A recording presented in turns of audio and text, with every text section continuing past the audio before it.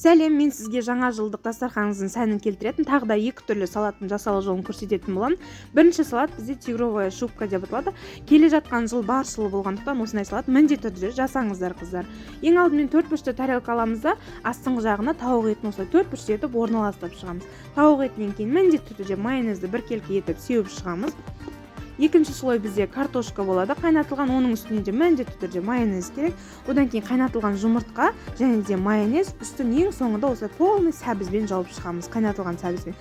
Ал үстін безендіруге мен осындай жүзім қолдандым. Біздің осы салатымыз дайын. Қыздар, міндетті түрде жасаңыздар. Өте дәмді болады. Ал екінші салатымыз новогодняя шапка деп аталады. Ол да өте сочный, керемет салат.